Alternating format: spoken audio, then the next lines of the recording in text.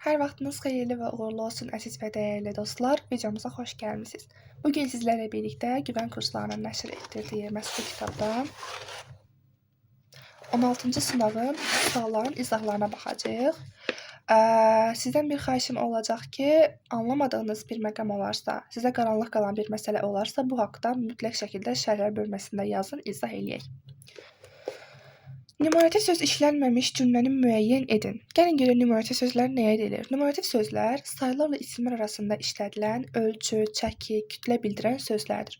Bu sözlərin adi sayılardan fərqi ondan ibarətdir ki, bu sözlər daha da çoxluq bildirir. Məsələn, bir ədəd gül ilə bir dəstə gül arasında fərq mövcuddur. Bu say fərqidir. Yaxud bir daş və ya bir kamaz daş. Bir ədəd daş da deyə bilərsiniz. Yəni bu sözlər fərq yaradır. Çoxluq, azlıq fərqi yaradır. İndi gəlin onu görək variantlarda necə təqdim edilir bizə. Mənə gətirdikləri bir səbəti almanın yarısını qonşuya verdim. Bir burada deməli miqdar sayıdır, müəyyən miqdar sayıdır. Səbət numarativ sözdür. Almanın isə deməli alma da isimdir. Yəni həqiqətən də buradakı səbət sözü numarativ sözdür. Ona görə də mən bu variantı deməli A-dan atıram. Niyə? Çünki məndən işlənməmiş soruşur. B variantında onunla 2 kəlmə danışsan, gərək qulaqlarını tutub qaçasan. 2 burada deməli müəyyən miqdar sayıdır, kəlmə isimdir. Amma bunlar arasına heç bir numarativ söz daxil olmadığına görə bu variant tamamilə doğrudur. B variantını götürürəm. Çünki burada numarativ söz yoxdur. Bugün axşamacan bizə 50 kisə qum gətirməlisiniz. Deməli 50 deməli burada nədir? Müəyyən miqdar sayıdır. Qum isimdir. Kisə isə həqiqətən də numarativ sözdür. Ona görə C variantında atıram. D variantında bir qazan yemək bişirim, sonra hara deyirsən gedək. Bir burada müəyyən miqdar sayıdır. Qazan numarativ sözdür. Yemək isə isimdir. Bu da getdi. Burada da çünki numarativ söz var. Y variantında Həsən dayıdan icazə alıb bağından bir dəstə nərgiz topladım. Burada da deməli bir müəyyən miqdar sayıdır. Dəstə numarativ sözdür. Nərgiz isə isimdir. Burada da numarativ söz işləndiyinə görə Y də gedir. Doğru cavab olur D variantı. İkinci suala baxırıq. Hansı cümlədə adlıq halda olan isim işlənmişdir?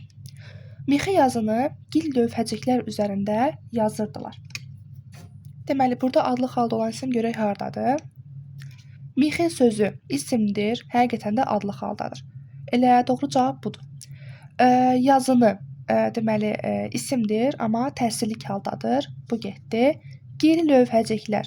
Gil isimdir, bəli, və adlıq haldadır. Biz bunu niyə isim götürürük? Çünki biz demişdik ki, material adı bildirən sözlər hər zaman isim olur. Dəri, yun, pambıq, qızıl, gümüş, bürünc bunların hamısı isim götürülür. Lövhəciklər yox, lövhəciklərin, gil lövhəciklərin üzərində yazırdılar.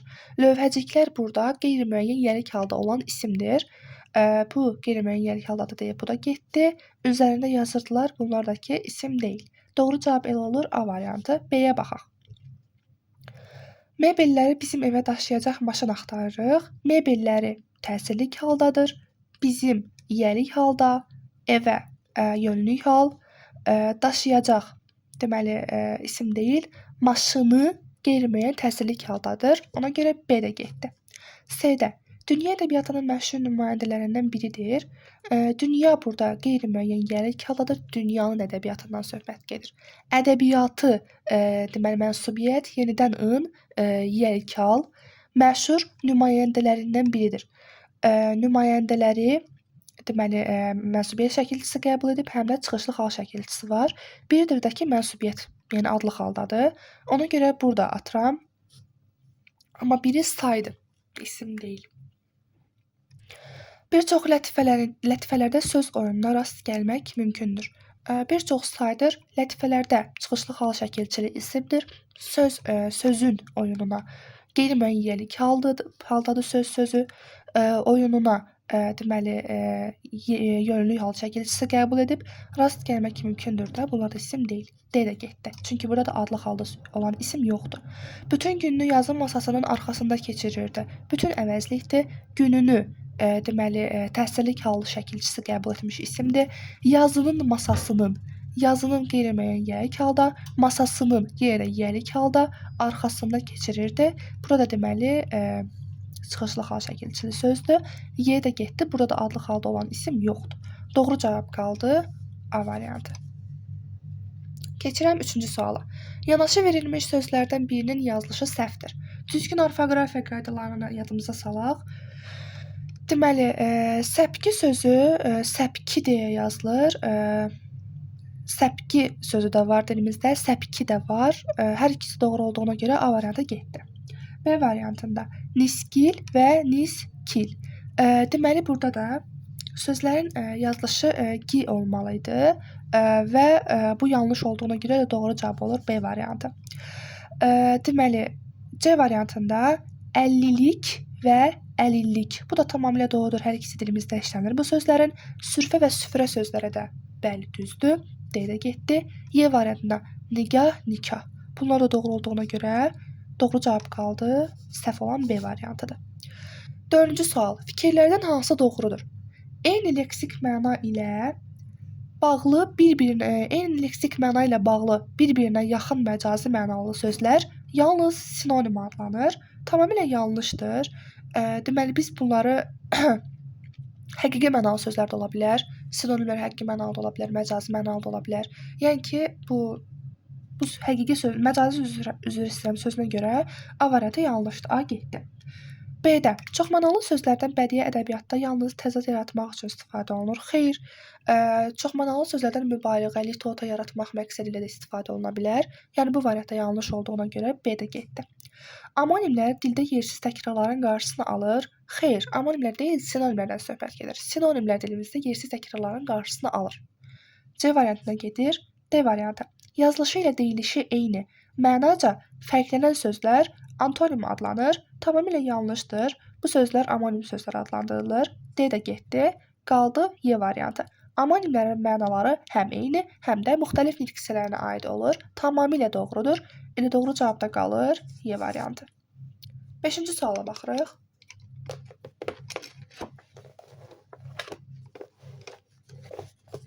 Beşinci sualda deyir ki, nümunədə işlənməmişdir. Ümid edirəm sizin üçün rahatdır, görürsünüz.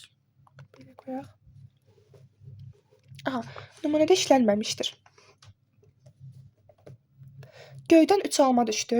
Biri mənim, biri nağıl deyənin, biri də özümün. Görək nümunədə nə yoxdur. Deməli, təsirlik halda olan isim. Təsirlik halda olan isim. Göydən 3 alma düşdü. Gəlin görək ümumiyyətlə bu sözlər hansı haldadır, ondan sonra variantlara keçək. Deməli, göydən nədir? Çıxışlı haldadır. 3 alma, alma adlı haldadır. Biri, deməli, burada təsirlik haldadır. Biri, amma saydı. Təsirlik halda olsa belə saydı. Biri yenə də saydı, təsirlik haldadır. Biri də yenə də saydı, təsirlik haldadır. Nağıl deyənin, nağılı deyənin, nağılı deyənin. Deməli, bu qeyri-müəyyən təsirlik haldadır. Biri də özümün. Özümün də deməli yiyəlik haldadır, amma əvəzlikdir, isim deyil. Təsirlik halda olan isim işlənmişdirmi? Xeyr, yoxdur. Bir də baxaq. Qeyri-müəyyən təsirlik halda olan isim var. Deməli, olduğuna görə mən A-nı deməli çıxıram. Niyə? Çünki məndən işlənməmişlər istəyir. İşlənməmişdir. Diqqətli olaq uşaqlar. Deməli, təsirlik halda olan isim olduğuna görə mən A-nı biri götürmürəm, üzr istəyirəm. Ona görə də bir olan variantları çıxıram. Çünki birlər artıq mənə lazım deyil. 2-yə baxıram. Qeyri-müəyyən şəxsi bildirən əvəzlik. Yəni demək istəyir ki, qeyri-müəyyən əvəzlik. Qeyri-müəyyən əvəzlik varmı burada? Baxaq. Yoxdur. Qeyri-müəyyən əvəzlik yoxdur. Deməli, say var. 3 almanın biri. Yəni o biri sözü dilimizdə qeyri-müəyyən əvəzlik var. Bəli, doğrudur. Amma buradakı o biri deyil. Buradakı o biri olan bir saydı. Əgər olsaydı ki, məsələn, qapıda dayanan biri. Bəli, o artıq olurdu əvəzlik. Amma burada saydı. Ona görə də ikinci şərt deməli ödənir. Həqiqətən də işlənməmişdir və 2-ni götürməliyəm.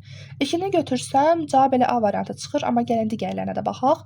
İsmin xüsusiyyətlərini daşıyan say varmı? Var. Hallanmış say var. Görürsünüz, biri sözü saydı, təsirlik hal şəkilçisi qəbul eləyib və deməli şərtimizi ödəyir. Ona görə də 3-ü götürmürəm, çıxıram. Aha, 4-cüyə baxıram. Mənsubiyyət şəkilçili şəxs əvəzliyi. Mən belə bir şeyə rast gəlmədim. Şəxs əvəzliyi var, amma yiyəlik haldadır. Yəni götürülə bilməz. 4-ü də götürürəm. 4 də şərtimizi ödəyir, çünki işlənməyib. Yiyəlik halda işlənmiş təyin əvəzlik, yiyəlik halda olan təyin əvəzlik. Özümün, bəli, özümün var. Öz təyin əvəzlikdir. Mənim özüm deməli olur. Mənsubiyyət şəkilçisi qəbul etmiş əvəzlik və özümün yiyəlik halda olan təyini əvəzlik. 5 də ödəmədiyinə görə 5-i də çıxıram. Doğru cavab qalır A variantı. Aha, indi keçirik 6-cı suala. Hansı sifət feildən düzəlməyib? Gəlin baxaq. Deməli, birinci utancaq sözündən başlayırıq. Utanmaq sözün köküdür. Utancaq sifətdir. Leksikdir. Bu getdi. A variantı düzdür. B variantı. Döyüşkən. Deməli, döyüşmək, döyüşkən. Döyüşdən yaranmış kən, döyüşkən. Bu da şərtimiz ödəyir, getdi. Yaralı. Deməli, yaralı nə olur? Yarmaq sözün köküdür. Yara, leksik, lı, leksik. Bu da nədən yaranıbdır? Deməli, isimdən yaranıb. İsimlə yaranıb. İsimlə. Yara sözündən yaralı yaranıbdır. Düzgün. Deməli, kök, düzgün, düzdür. Bu da yəni şərtimizi ödəyir. Feildən düzəlmiş sifətdir. Qorxmaq sözün köküdür. Aq, ək deməli leksik şəkilçi. Bu da həqiqətən qorxmaqdan, qorxaq, yəni feildən sifət yaranıb. Y də getdi. Doğru cavab qaldı. C variantı. 7-ci sual. Hansı cümlədə qeyri-müəyyən yiyəlik halda işlənmiş sözü qeyri-müəyyən yiyəlik hala çevirmək olmur? Aha, baxaq. Deməli, biz sabah Bakı şəhərini gəzəcəyik. Bakının şəhərini. Bu getdi. Qocalar həmişə deyərdi ki, pul əl çirkidir. Deməli, pul əlin çirkidir deyə bilərəm. B də getdi. Sabahki tədbirə Zülfüqarın atası da dəvət edilib. Deməli, Zülfüqarın atası da dəvət edilib. Burada olmur. Zülfüqar atası zaten deməli müəyyən yiyəlik hala şəkilçisi var burada. Qeyri-müəyyənə çevirmək olmur. Zülfüqar atası deyə bilmərik. Zülfüqarın atası olmalıdır. Doğru cavab C variantıdır. Bayram süfrəsinin ətrafında toplaşmışdıq. Bayramın süfrəsinin ətrafında deyə bilirik. Ona görə D də getdi. Qəfil açılan güllənin səsindən hamı təlaşlandı. Güllənin səsindən hamı təlaşlandı. Deməli, Y də getdi. Doğru cavab qaldı. C variantı. 8-ci sual. Qaymaq sözünün son samiti nə zaman Q kimi tələffüz edilir? Deməli, biz bu sözlərə, bu tipi sözlərə nə demişdik? Sonu Q samiti ilə bitən bəzi sözlər vardır ki, onlara saitlə başlanan şəkilçi artırdıqda sonundakı Q samiti Q ilə əvəz olunur. Məsələn, qonaq, qonağın, uşaq, uşağın, yaxud onlara saitlə başlanan söz artırdıqda. Məsələn, qonaq otağı, qonaq otağı olur. Uşaq oyuncağı, uşaq oyuncağı olur. Yəni QQ əvəzlənməsi baş verir. İndi də biz sait axtarmalıyıq. Görək hardadır o sait məsələsi. Samitlə başlanan şəkil çağırtıranda əksinə X samitinə çevrilir. Məsələn, qaymaq, qaymaqdan olanda qaymaqdan deyirik. Ona görə A variantı getdi. Yəni Q-yə yox, X-yə keçir. Hecalara bölündükdə qaymaq, xeyr, bunun əlaqəsi yoxdur ümumiyyətlə. Dadı sözü ilə birləşmə yaratdıqda dadı gördüyünüz kimi samitlə başlanan sözdür və qaymaq dadı deyəcəyik, X ilə olacaq yəni. C də getdi. Sətirdən sətrə keçirildikdə xeyr, necə varsa elə də qalır. Almaq sözü ilə birləşmə yaratdıqda tamamilə doğrudur. Niyə? Çünki almaq saitlə başlanan bir sözdür.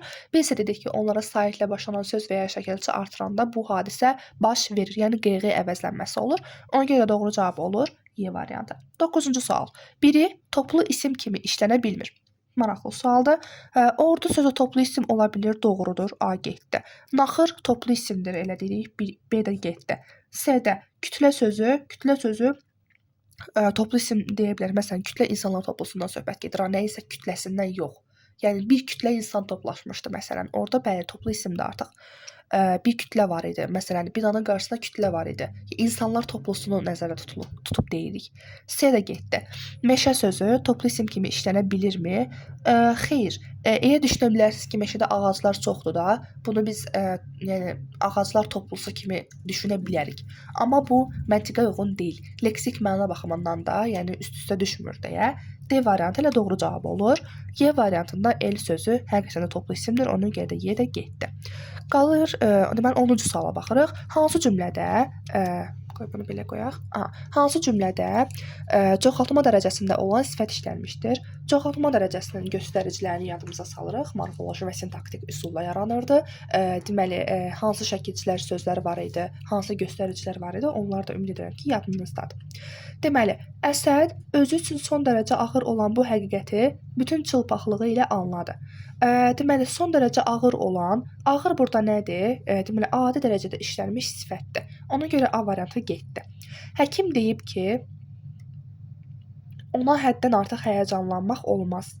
Həddən artıq həyəcanlanmaq burada ola bilməz. Yəni, çoxaltma dərəcəsində deyil.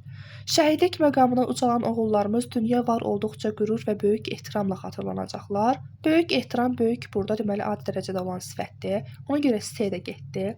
D də sən dost doğma qardaşının dediklərinə inanmırsan.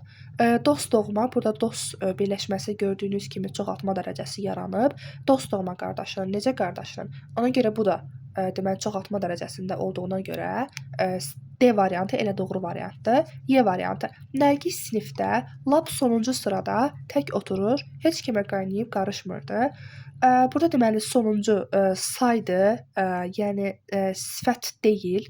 Lap ola bilər ki, çoxaltma dərəcəsinin göstəricisidir. Amma sonuçda deməli lap deməli ismin qarşısında işlənənlərdirsə əgər, yaxud sifətin deməli üzr istəyirəm, sifətin qarşısına gəlir işlənəndirsə, o zaman hə, çoxaltma dərəcəsi olardı. Amma özündən sonra gələn deməli saydı. Ona görə də mən bunu götürə bilmərəm. Y variantına çıxır. Doğru cavab qalır D variantı. Bəs salam dostlar, bu günlük bu qədər. İnşallah növbəti videolarımızda görüşənədək hələlik.